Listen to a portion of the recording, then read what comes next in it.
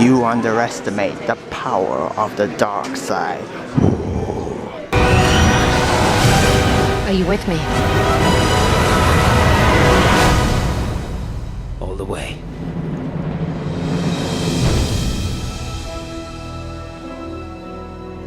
Hello everyone, this is Eugene Finance speaking, and welcome back to this section where I talk about movies that I recently watched in the cinemas. Now unfortunately for this time around, my assistant didn't really want to join me for this video discussion on the movie that we just watched, which is Rogue One, A Star Wars Story. Now, this has been a movie that I've been highly anticipating ever since I first saw the trailer for it, and that's because I did watch the previous Star Wars film, which was The Force Awakens, and I really liked that movie. Now, granted, I didn't think that it was the best thing that I ever saw, but it was good enough for me to get interested in this franchise known as Star Wars. Now, when I first saw the trailer for Rogue One, I thought that it was going to be a sequel to The Force Awakens, like an episode 8 or something. But as it turns out, it's not the case. It's more of an alternative perspective around the timeline of episode 4, A New Hope. Granted, I haven't watched a lot of Star Wars movies. The only ones that I have watched in full are episode 3, The Revenge of the Sith, and episode 7, The Force Awakens. And I did watch a bit of A New Hope, episode 4, and I think it was at least the halfway point till the end, which is actually a really good thing because, as I said, Rogue One is actually really related to A New Hope. The story of Rogue One introduces us the character of Galen Erso, who was previously an Imperial scientist who moved out from the Imperial to live a peaceful life.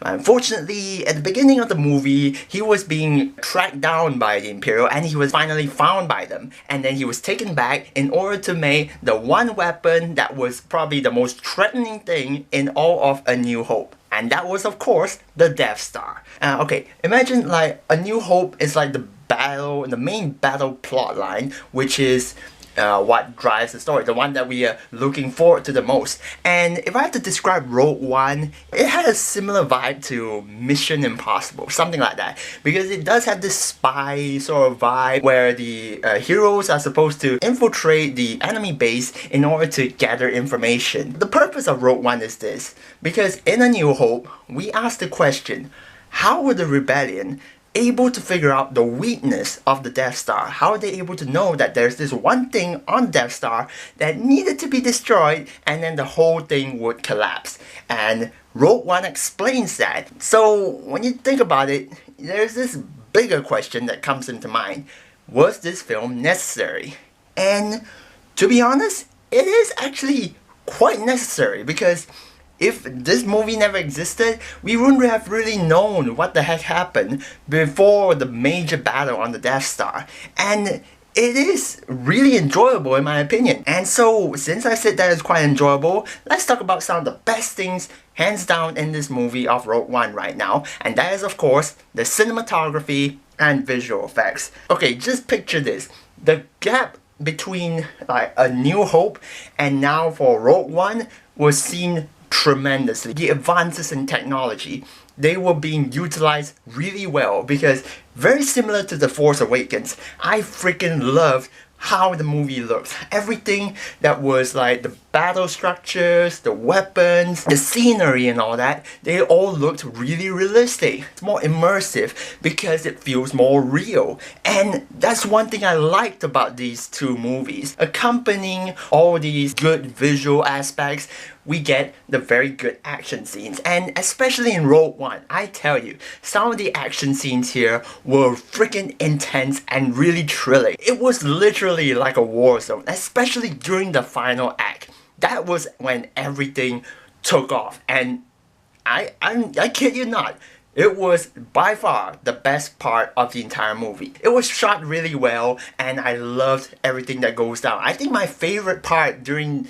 those major action scenes was this one scene where there's this hammerhead ship, I think that's what you call it. It actually bumped into a Battlestar Destroyer, and then that Battlestar Destroyer bumped into another Battlestar Destroyer. And I was like, holy crap, and it's shot really well as well.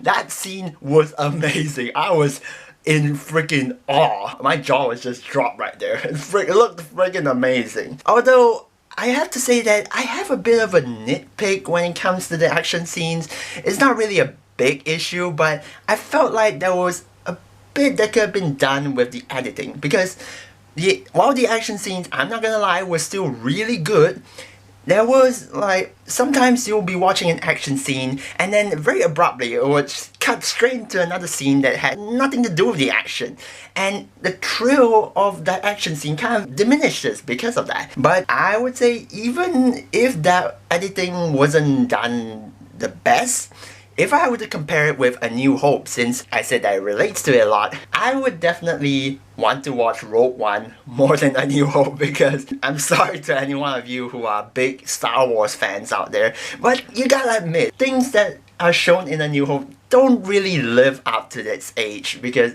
some things don't look really realistic anymore and stuff. When you have something like Rogue One which puts it all out there, just saying that Rogue One was much more entertaining to watch just because of how it looks. And since I've been mentioning so much of how this movie relates to A New Hope, let's now dive into the characters. Now, while most of the cast members in this movie of Rogue One were new characters, there were some recurring characters. I'm not gonna spoil who they are, but there's one in particular which I'm pretty sure most people were looking forward to. I even spoiled it at the beginning of this video. I don't know if I should mention it. Okay, screw it. Of course, I'm talking about Darth Vader. Holy crap. For those of you who are huge Star Wars fans, the moment he appears on screen, I'm sure you would be losing your shit. He looked so freaking awesome. He was definitely the best recurring character in this movie, because it clearly shows why this character, why Darth Vader was such an iconic character during the original trilogy. It actually shows him being a really massive threat to the rebellion. It shows him being absolutely menacing. He was menacing as hell. In fact, I will go as far as to say that he was more menacing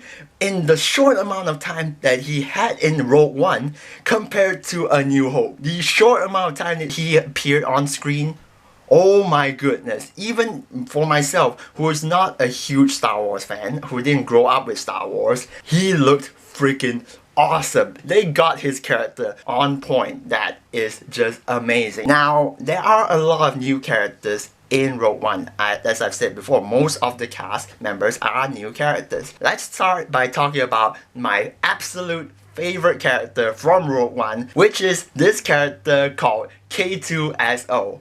Holy crap, this character was amazing. Hands down, my favorite character in the entire movie. Even more than Darth Vader. This guy is just freaking quirky, and he can be a badass when he wants to, and he's actually very helpful to the rebellion. Like, he's actually a good guy, okay, just saying. And just the things that he does and stuff, he's just so much fun to watch. And my assistant did point out, and it's actually really true, he really reminds me of Alfred from The Dark Knight, the butler of Batman. Because every line that he spouts, every line that he spouts, it's either you want to root for this guy, it's very important, you want to root for this guy and make sure that he gets through to all this, or other times you just can't help but laugh at some of the funny lines that he comes out with. And it's just every time he appears on screen, it's just so much fun to watch. I love this character so much. Like, I've seen many robot characters in the Star Wars films, but I have to say, K2SO would probably be my favorite. I'm not gonna lie.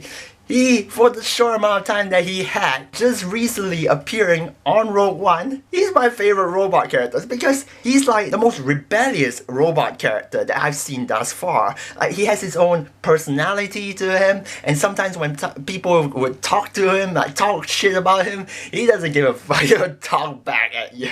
And I freaking love that about him. He has his own personality and he's so much fun to watch. Now, for the other new characters and stuff, well, I would say that most of them, they didn't really stand out or anything. I'm not saying that they were bad or anything, but there wasn't anyone that really stood out in my opinion, anyone that caught my attention and I really want to talk more about it. But I do have some gripes with some of the characters. To be more specific, the acting.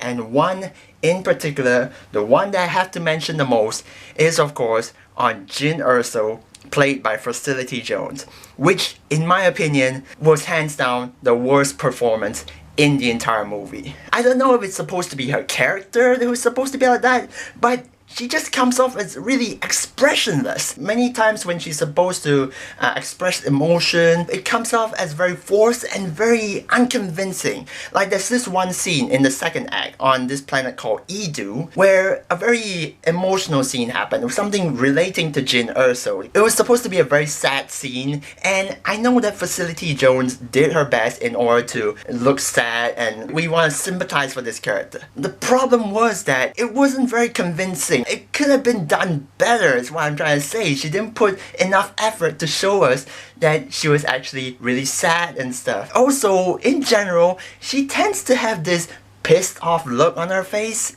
and I don't know why is that. Once again, is it the character's trait for being like that? But then sometimes people would ask her questions, she would have this pissed off facade on her face, and then she would just answer and then get back to that facade. It's like, why are you doing that? After a while, it doesn't feel convincing anymore. It feels very forced. If there's one word to describe her acting, it feels forced. And when she expresses her emotions and stuff. That's actually a really bad thing considering how she's supposed to be the main character of the movie. And when you have a main character who I think has the worst performance in the entire movie, there's definitely something wrong going on around here. Now aside from her though, I have to talk about another character called Saw Gerrera, played by Forrest Whitaker. If I had to say one thing, this character's presence in this movie was almost pointless. The only important thing about this character is that he was the savior of Jin Erso when she was trying to escape from the rebellion, trying to find her. But after that, it just skips on to many years and stuff, and we never hear from Saw Gerrera the next time that we see him, and then after that we don't see him anymore. It's like, he just felt like a plot device is what I'm trying to say. And that really upsets me, because like, he could have been a much more interesting character. Maybe they could have given more backstory to this character, because he saved Jin Erso's life. So why can't we know more about this character? And then finally, I have to talk about this character, which without a doubt was the one character that I was looking forward to the most when I wanted to watch Rogue One, and that is of course Donnie Yen's character, who plays as a character called Chiru. Oh my goodness, like, don't get me wrong, Donnie Yen did a pretty good job in this movie itself, but the problem was I felt that Donnie Yen's character was really underused in this movie. Also, I would have to say that the way he talks, oh my goodness. Like, I was not expecting the way he talks like that. I mean, I admit that it was kind of funny to watch him talk like that, but it wasn't really to my liking, and it just kind of irritated me. And also, the only time when Donnie Yen's character was shown to be a really cool character was during the first time he actually battled. And that scene was really well done, because it clearly shows how important it is that he is blind. Like, because he's blind, so his other senses are heightened, and the scene was done really well. I love that action scene. If only they could have implemented that in other action scenes. I'm not saying that they should just copy and paste and stuff, but they could have made it more, they could have applied it more into the other action scenes and made him look more cool. Utilize this character more. He was such an interesting character when we first saw him battle. Why was he so underused? And then talking about Donnie Yen still, I've got to mention of this one scene which I would consider to be the absolute worst scene in the entire movie. Well, before I get into that, I have to brief you guys on what happened. The rebellion had to send the information about the Death Star to the outer ships of the planet, okay? So they had to operate this thing called a master switch. The one who ended up operating it, the one who had to do it, was Donnie Yen's character. And this scene was just, I mean, I didn't really react during the cinema, but I couldn't help but think that this was hands down the worst scene in the entire movie thus far, because Donnie Yen was just going towards the master switch and there were lasers and all that sort of thing firing everywhere. This scene alone clearly emphasizes on the Star Troopers' poor aim. Like, seriously, they had all the opportunity to take aim and shoot at Donnie Yen, and they couldn't even hit him. He wasn't wasn't even doing anything. All he was doing was praying for the best. I mean, I know that they're trying to say that the Force is a really important thing in this Star Wars universe and stuff, but I just didn't buy it. I mean, it looked so bullshit. There was so many other ways to emphasize on the importance of the Force and stuff. It just felt so ridiculous. And one of the problems that many people had with the original trilogy of Star Wars was that the Star Troopers couldn't aim for shit. Like, they had really bad aim. And this scene, I swear, is like the pinnacle of bad aim by the Star Troopers. And then moving on from there, I did say that this movie did have acts. Well, specifically, there are 3 acts, 3 major acts in total, and they take place on 3 different planets: Jeddah, Edu, and Scarif. And as many people have said, that the favorite act was the final act. And I would have to agree with that, because that act was in fact the most interesting act, and in fact the most important act in the entire movie. The problem with these 3 acts is that they didn't really seem to be connecting to each other. I mean, sure, they had their own importance and stuff, but it felt like if the previous 2 acts didn't exist, it really wouldn't have upset the movie all that much. Like the first act, the important thing was that there was Saw Gerrera's rebellion group who were going against the Imperial. That was pretty much it, and they were never talked about again because, you know, shit happened. And then we go to the second act, which was Edu. Over there, and they were technically trying to find this one person who was a big part of the Death Star and stuff, and then shit happened again, and then we never talked about it again. The second act felt like the least important act, the most unnecessary act in the entire movie. The first act had its importance because it was necessary to drive the plot forward. It was necessary to give some information in order to progress into the third act. But the second act, I don't see the point in that act. But I was just saying that the third act was the most important and most interesting act, and maybe if they had spent more time on that act, you know, like maybe something similar to that act, it would have been more interesting. Just saying. Now, I have been rambling on all the bad stuff about this movie.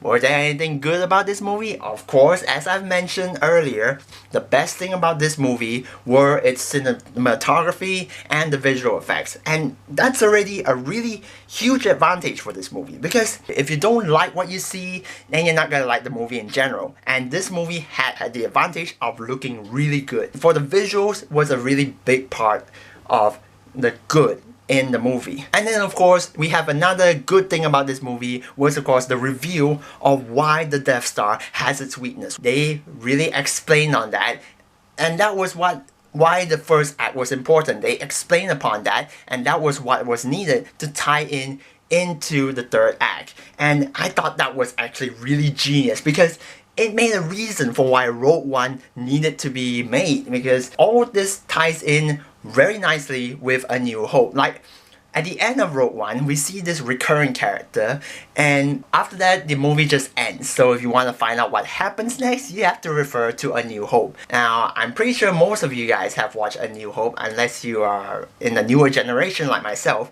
Then you probably want to look at it. Although, I would say that even if you haven't watched A New Hope, you probably would have been spoiled to what happens in A New Hope already, okay?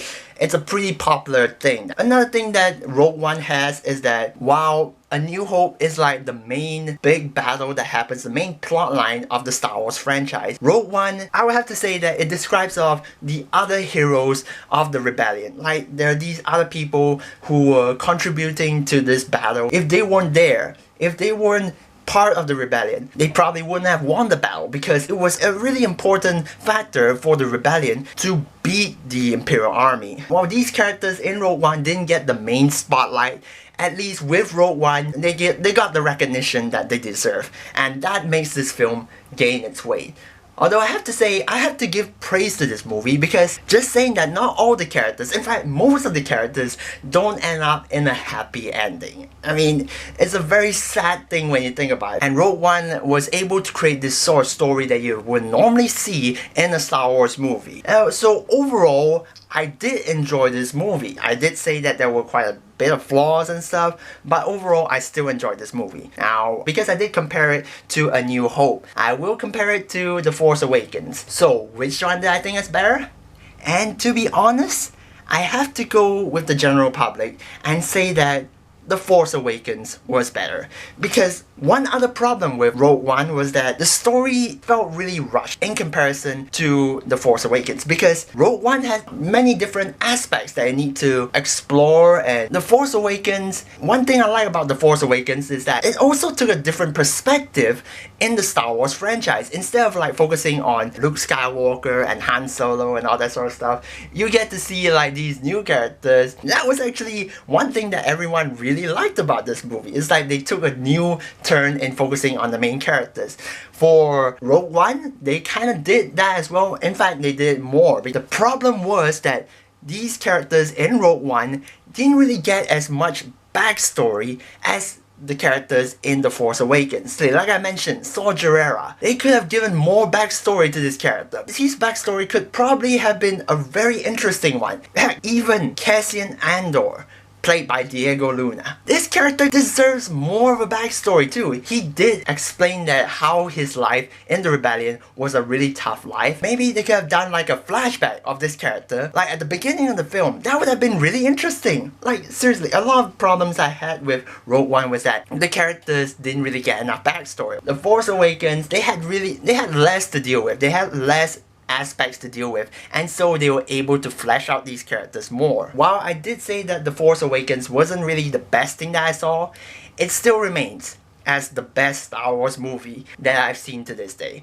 Which is kind of a shame, you know, because I was really hoping for Rogue One to be a better movie than The Force Awakens. And when I saw the trailer for Rogue One, I was thinking, this could actually be a really interesting movie. This could probably be better than The Force Awakens. I was really hoping so, because The Force Awakens was like, because it was like the beginning of a trilogy, and normally when there's a beginning of a trilogy, it's normally slow to start. But I have to be honest, I still feel like The Force Awakens was handled much better than Rogue One in terms of its storytelling and all the characters in general. While Rogue One didn't turn out to be the best Star Wars film that I've seen, it was still a very good entry into the Star Wars franchise. I'm really glad that I did go and see this movie. And so putting all of that together, I give Rogue One, A Star Wars Story, the overall score of 7 out of 10 stars, which means that I would still recommend this movie. I still enjoyed it, and I think that it's still worth a watch, but just not of a higher priority, just because of the several flaws that I have mentioned about this movie. But it overall looks really good. It had a really good reason to be made. If you guys still haven't watched this movie, do go check out this movie. But in any case, I've rambled on for quite a long time now, and I'm sure by now some of you have probably already watched the movie. So if you have seen Rogue One, what do you think about it? Did you like it or did you dislike it? I want you guys to let me know in the comment section below. And before I end this video, to any of you who are big Star Wars fans, don't get too mad that I'm talking about all the bad stuff of the Star Wars movie. You guys are free to think whatever you like. If you guys really like this movie, that's fine, because everyone's entitled to their own opinion. To me, this wasn't the best thing that I've seen from the Star Wars franchise. And so I'm hoping the next time a Star Wars movie comes out, I can have more good things to say about it and just less of these bad stuff to mention about it. I'm hoping that's the case the next time I have to talk about a Star Wars film. And so yeah, I think I pretty much said all that I want to say about this movie. I hope you guys are able to respect my opinion about this movie. And so thank you guys so much for watching this video, and do stay tuned to the next time of whatever I make. Until next time, bye!